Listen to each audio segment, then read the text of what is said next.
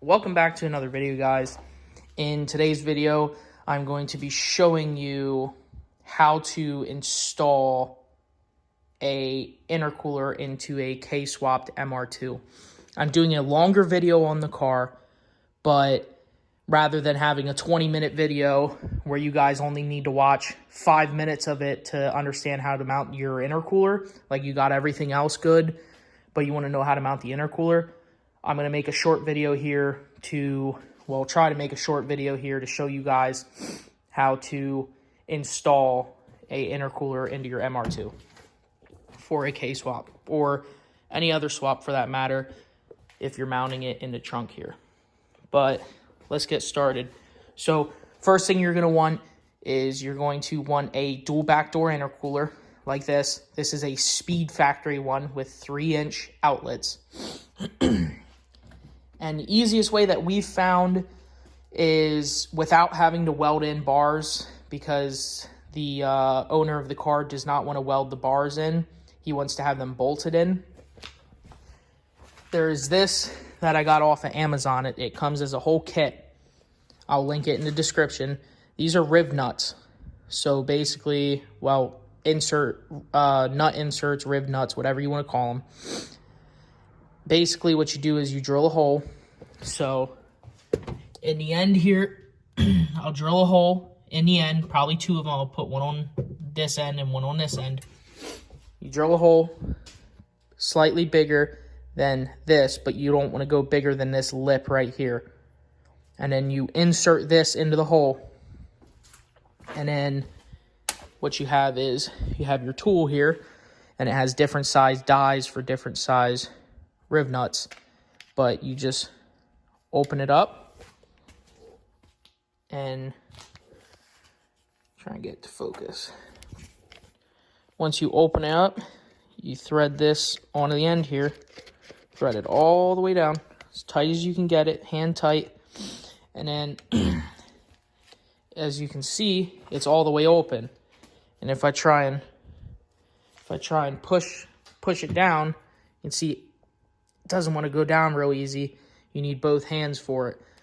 But once it's like this, you insert that into the hole you drilled, and then using both hands, obviously, you pull these handles together, and what it'll do is it'll take the end here and it'll smash whatever the sheet metal or whatever metal is in between this. It'll crimp this down, this part right here that looks like a nut, kind of. It'll smash this down and sandwich it in between, and the plate will be right here in the middle, and it'll sandwich it in between, and it'll give you a spot that you can put a bolt into without having to weld a nut in or weld. You won't have to weld anything. You just need to drill a hole and install this. I will show you guys once I have the holes drilled and figure out exactly how I'm going to mount this. I will show you guys how to install one of those. But I still have to weld the bungs on the bottom and get everything else set up. Then I can drill that. So let me get the bungs welded up and the holes ready to drill. And then I will show you guys how to install the riv nuts. And then we'll go from there. So I got a little carried away and I forgot to record me installing the riv nut, but I'm kind of glad I didn't because it was a pain in the ass. I was going to do two, but I put one in and that's more than enough for me. Trying to get the tool in there to actually install the riv nut was horrible. There was no room at all. So this is mounted though. I have a bolt on every corner, and then you can see I welded the bungs on, got them welded on. So I mean, it's in there, like the whole car moves when I shake it, so it ain't going nowhere. It's mounted in there real solid. So that's my first time using them. Honestly, 10 out of 10. They worked amazing. It was simple. Drill a hole, install it, and then use the tool on it. but it went pretty smooth other than having no room in there with the tool, because you gotta get this big tool in there and there's not really a lot of room. So that's mounted. Let me show you guys over here. So because I didn't get to show you guys on the car, I'm going to show you off the car. Got this piece of aluminum here.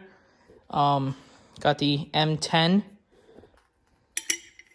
Fits right in there. That's what you want. Fits in there pretty good. Not a lot of wiggle room. It's aluminum, so, you know, when I drilled it out, it made the hole a little bit bigger. But, like, pushing it flat, there's no wiggle. It's in there. So I'm going to show you guys how to use it right now. So you drill a hole. I used this tree bit and just kept stepping it up until, you know, I kept stepping it up and checking this to make sure it fit. But let me get the camera set up because it's kind of a difficult thing to do. But I'm going to get the camera set up on the back side for you guys to show you guys how it crimps and stuff. So give me 1 second. All right, I got the vise all switched around. So as you guys can see, it's all the way through. I don't want to move the camera too much, but it's all the way in there. I want to get it set up good so you guys can see it crimp down. But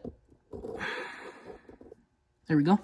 So what you do with the tool is, well, here, let me show you actually what you do with the tool. So what you're going to want to do is you're going to want to expand it. Expand it like this, as far as it goes, all the way open. And then you're going to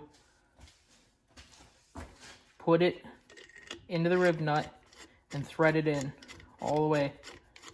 As far as it goes, you can thread it with the back. The back here, you can see this. You twist this, and it threads it all the way in. So you can see that's threaded all the way in.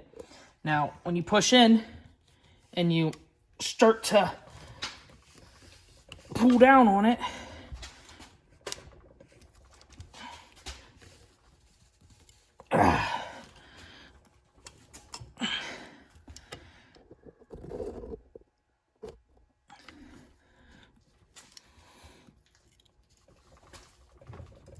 there we go.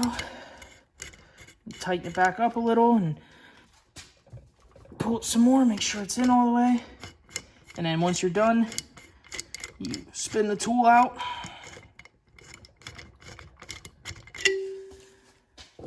You spin the tool out and you're done using that. And as you can see, it sandwiched it. See how it sandwiched it? Pulled that in flat. Now that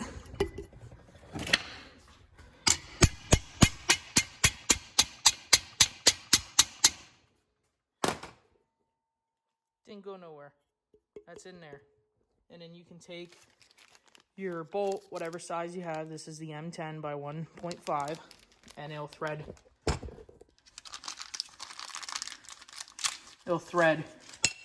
right in. Thread right in, no issues.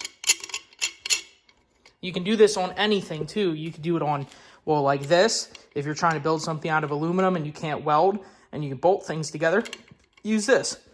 Or if you're installing, say, a wide body kit and you want to put these smaller ones, they do have smaller sizes. M8, M5, M6, they have a bunch of sizes. But M10 is what I use. And as you can see, it's in there pretty good. Ain't going nowhere. It crimped it down. Get a real good close up for you guys. You can see it crimped it down very well. So this was a kit. I'm going to link it in the description on Amazon. It was like $40 for the kit. And then an additional 60 of the M10s was about $6. But I'll link those in the description for you. But anyways, I hope that this video was helpful for anyone with a K-swapped MR2 looking to rear mount the intercooler. Like I said, I have other videos that I'm working on to do the rest of the piping and stuff like that. But I hope that this video helps you guys out if you're looking for just this part. This will help me get more videos out, and it'll also help you guys pick specific things that you're looking for in builds. Like I said, if I had more time with this car, I would have done the intercooler and then the piping and everything. I'm just going to kind of mash it all together in one big video, and then also try and release these short little videos in between. But I hope that you guys enjoyed this video, and you're going to be seeing this long before you see the other video and the car actually being done.